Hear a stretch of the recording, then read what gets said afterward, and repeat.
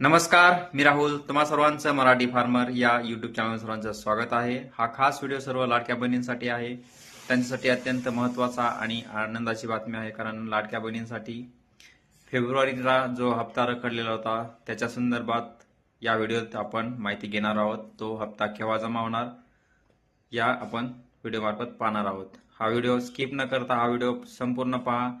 आणि एक विनंती आहे, तुम्ही जर आमच्या चॅनलवर नवीन असाल तर ह्या चॅनलला सबस्क्राईब नक्की करा, कारण असेच महत्त्वपूर्ण व्हिडिओ तुमच्यापर्यंत सर्वप्रथम येत राहतील.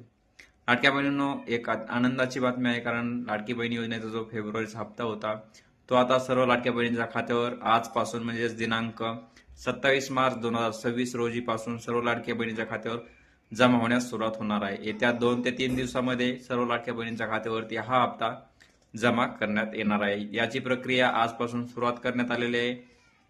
आता येत्या 2 ते 3 दिवसामध्ये सर्व लाडक्या बहिणीच्या खात्यावर हा हप्ता जमा होणार आहे.